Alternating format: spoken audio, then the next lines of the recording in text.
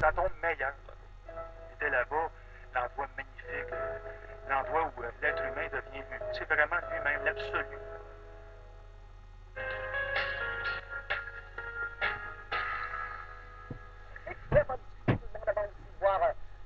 Un reportage intéressant.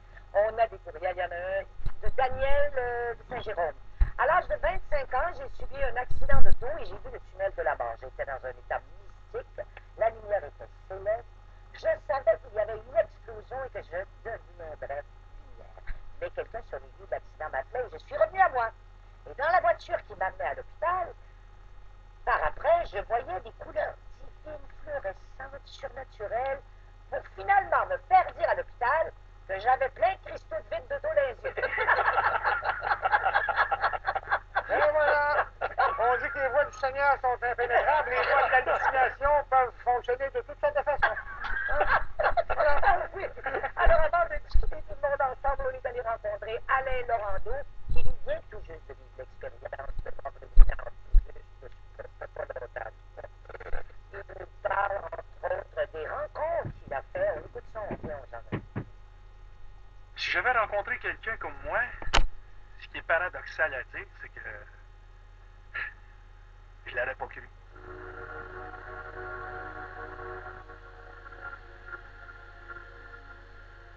J'étais un peu en bâtiment, moi, là, je suis pas un grand intellectuel, un grand de ce monde. J'étais en train de peinturer, j'étais au travail. Je suis approché d'une ligne de haute tension, 14 400 kV. Ça m'a électrisé. J'étais aux soins intensifs. J'étais hors de mon corps. Alors, je me suis promené. J'ai essayé de parler à ma femme. Ma femme ne me voyait pas. J'étais vraiment terrifié. Il y a eu un cercle de lumière qui s'est ouvert. Ça m'a aveuglé. Je me sentais bien, je me sentais attiré. J'étais comme arrivé là, j'avais les yeux par terre. J'ai vu des pieds avec des sandales. Je me suis levé les yeux et là, j'ai vu mon grand-père avec un ami. Il était là, comme ça. Pourtant, il est décédé en 1981, mon grand-père. Ils ont tous l'air d'avoir 20 ans. On dirait que tout le monde là-bas est à sa meilleure apparence. On dirait que c'est à ton meilleur là-bas. Il était là-bas, l'endroit magnifique, l'endroit où l'être humain devient c'est vraiment lui-même, l'absolu, dans sa plus belle définition. J'étais complètement perdu. Moi, je me suis amusé, j'ai visité, je me suis promené, j'ai posé des questions à droite à gauche. Mon guide, parce qu'on a un guide là-bas. Il m'a dit, écoute, quand la personne va se présenter devant toi, nous, on a déposé des messages. Et ils vont les recevoir. J'ai dit, comment ça va se faire? Oui, ça va se faire, c'est tout. Et là-bas, ils n'ont pas l'air à se casser la tête. Mais étant donné qu'ils n'ont pas de tête, ils n'ont pas de cerveau, c'est l'esprit. Peut-être qu'on ne se casse pas la tête là-bas. Après, j'ai pensé que je ne voulais plus retourner dans mon corps. Puis pourtant, c'est obligatoire. Je dis, bon sang, c'est là qu'ils m'ont fait reprendre le chemin de mon corps. Il m'a dit de ne pas m'attarder en chemin. C'était froid. J'ai tellement pas aimé la sensation que j'ai continué ma descente. Et c'est là que je me suis retrouvé les pieds dans la tête dans les pieds. J'étais à l'envers de mon corps. En tout cas, il n'y a pas de mode d'atterrissage pour atterrir. J'ai eu beaucoup de misère à ressentir les choses. Je me remettais en question. Parce que tout ce que je comprenais avant, c'était tout à revoir. Mon monde était chamboulé, accidenté. Ouais. Quand tu souffres physiquement, je pense que tout le monde voudrait retourner là. Puis quand tu es là, tu sais que tu n'as pas d'affaire à en finir rapidement. C'est pas que l'idée ne m'a pas traversé l'esprit, mais c'est un luxe que je ne peux pas me permettre étant donné que j'y étais, que j'ai vu et que je sais que je ne peux pas en finir aussi facilement. Au fond, la vie, c'est un challenge. Il faut le vivre.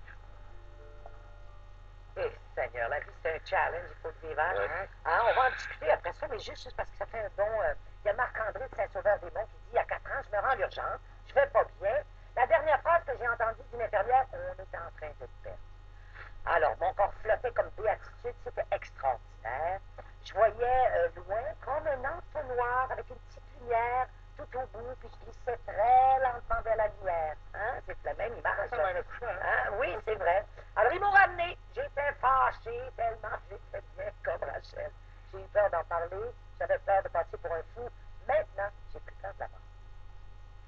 deux choses. Hein. D'abord, cesser de voir la mort tout à fait autrement, faire une expérience semblable. Ça, c'est quelque chose de très commun dans tous les rapports verbaux qui nous sont faits. L'autre chose, et dans votre cas, c'est encore plus frappant, les gens ont souvent peur de partager ça. Aujourd'hui, on est beaucoup plus ouvert et c'est suffisamment documenté. Les expériences de mort imminente, on en parle avec des gens sains, hein, ils ne sont pas psychotiques, on le voit bien, là, pour la plupart.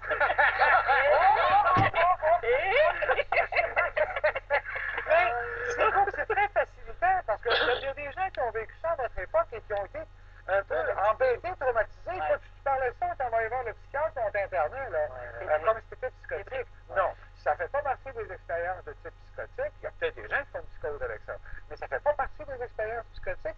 Beaucoup trop de gens vivent ça dans ces moments-là. Et c'est toujours au moment où on est en train de le perdre. Au moment où tout à coup, ça se joue sur la vie, la mort, c'est dans cette petite fraction de seconde que s'ouvre tout à coup tout à fait autre chose. Est-ce que c'est le cerveau, la spiritualité? Ça, je n'en sais rien. On ne sait pas, mais ça marche. Encore, moi, à m'en faire le voyage tantôt, mais moi aussi, je veux un aller-retour.